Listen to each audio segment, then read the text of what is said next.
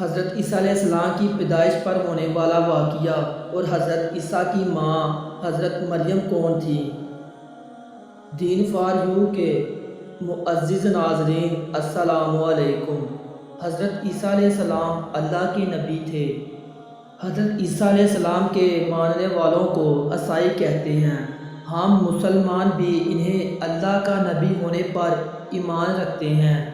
حضرت عیسیٰ علیہ السلام کے بارے میں بہت کم معلومات حاصل ہوئی ہیں۔ آپ علیہ السلام یروشلم کے قریب ایک گاؤں ناصر میں کنواری مریم کے باطن سے پیدا ہوئے۔ حضرت عیسیٰ علیہ السلام کے حوالے سے ہمیں حضرت مریم کے بارے میں بھی جاننا ضروری ہے۔ تاریخ کے مطالعہ سے معلوم ہوتا ہے کہ آج سے 2000 سال قبل بیت المقدس کے آس پاس کے علاقے میں ایک بزرگ رہتے تھے جو نہایت پرہیزگار تھے اور بہت زیادہ عبادت کرتے تھے۔ ان بزرگ کا نام عمران تھا اور ان کی بیوی کا نام سینا تھا۔ یہ خاتون بھی نہایت نیک اور پارسا تھیں، ہر وقت اللہ کی یاد میں مشغول رہتی۔ ہنا جب حاملہ ہوئی تو منت مانی کہ میرا جو بچہ پیدا ہوگا اگر وہ لڑکا ہوا تو عبادت خانے کی خدمت کے لیے مأمور کروں گی۔ لڑکا دنیا کا کوئی کام نہیں کرے گا، صرف اللہ کی عبادت کرے گا۔ اس زمانے میں یہ روایت تھی، عبادت خانے کی خدمت اور دیکھ بھال کے لیے صرف لڑکوں کو ہی رکھا جاتا تھا۔ سورۃ العمران میں اس کا اس طرح ذکر کیا گیا۔ اللہ اس وقت سن رہا تھا جب عمران کی عورت کہہ رہی تھی کہ میرے پروردگار، میں اس بچے کو جو میرے پیٹ میں ہے تیری نظر کرتی ہوں، وہ تیرے کام کے لیے وقف ہوگا۔ میری اس پیشکش کو قبول فرما، تو سننے والا اور جاننے والا ہے۔ بچہ پیدا ہوا لیکن لڑکا نہیں لڑکی تھی۔ ماں کی خواہش پوری نہیں ہوئی، منت تو مان چکی تھی۔ لڑکا ہوتا تو عبادت خانے کی خدمت کے لیے پیش کر دیتی۔ منہ بے چین ہو گئی۔ قرآن کریم میں اس کا اس طرح ذکر کیا گیا۔ پھر جب وہ بچی اس کے ہاں پیدا ہوئی تو اس نے کہا میرے ہاں تو لڑکی پیدا ہوئی ہے، حالانکہ اللہ کو اس کی خبر تھی۔ بچی کا نام مریم رکھا گیا۔ میں نے اسے اور اس کی آئندہ نسل کو شیطان مردود کے فتنے سے تیری پناہ میں دیتی ہوں۔ سورۃ العمران میں بیان ہے۔ مریم عام بچوں کی طرح نہیں تھی بلکہ اللہ نے خاص عادت بخشی تھی۔ اللہ نے اس بچی کو برگزیر بنایا۔ چہرے پر ایک خاص کشش تھی، ایک چمکتا ہوا نور تھا۔ جب مریم بڑی ہوئی تو سمجھدار بھی ہوئی۔ اسے بیت المقدس کی عبادت گاہ جسے حقیل کہتے ہیں حوالے کر دیا گیا۔ وہ دن رات ذکر الہی اور عبادت میں مشغول رہنے لگی۔ حضرت مریم نیک اور معصوم تھی، اخلاق بھی بے حد اچھا تھا۔ اس کی بدولت عبادت گاہ کا ہر خادم احترام کرتا تھا۔ ہر خادم کی یہ خواہش تھی کہ مریم اس کی سرپرستی میں رہے اور اس کی دیکھ بھال کرتا رہے۔ ہر خادم یہ سعادت حاصل کرنا چاہتا تھا۔ مریم اپنے حسن اخلاق اور اچھی عادتوں سے خادموں اور کہنوں کے دلوں میں گھر گئی۔ حضرت مریم کو پرورش کرنے والا کوئی نہیں تھا۔ باپ جس کا نام عمران تھا پہلے ہی فوت ہو چکا تھا۔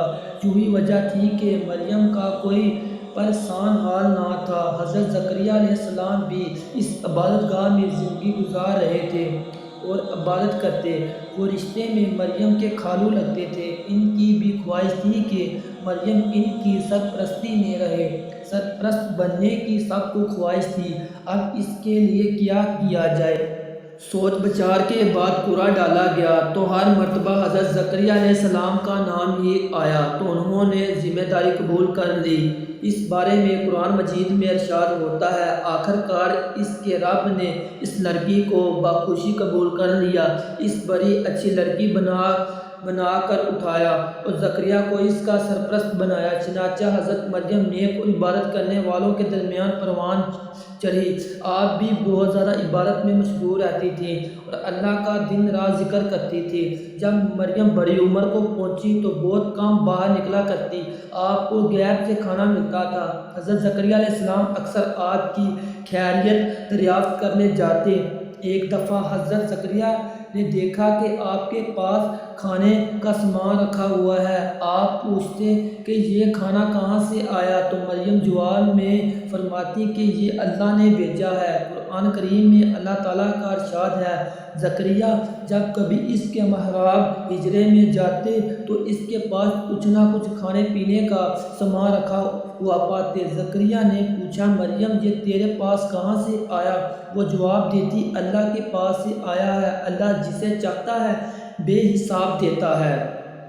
حضرت مریم ہر وقت عبادت میں مشغول رہا کرتی، ضرورت کے وقت حجرے سے باہر نکلتی۔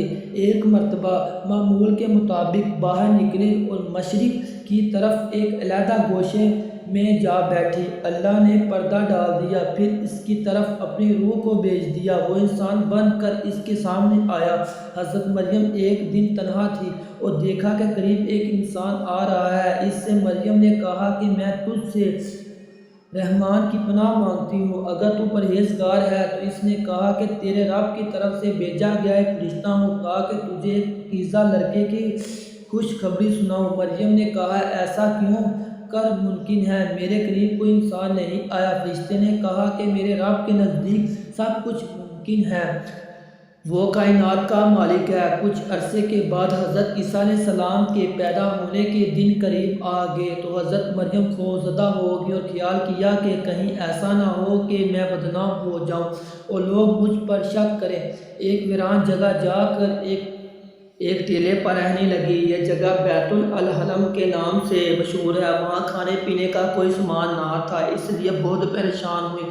غیب سے آواز آئی، غم نہ کر، تمہارے رب نے تمہارے لیے ایک چشمہ جاری کر دیا ہے۔ یہاں خرما کا ایک درخت بھی ہے، اس کے تنے کو ہلاؤ، خرما جڑیں گے، اسے کھاؤ اور پانی پیو اور اپنی آنکھوں کو ٹھنڈا کرو۔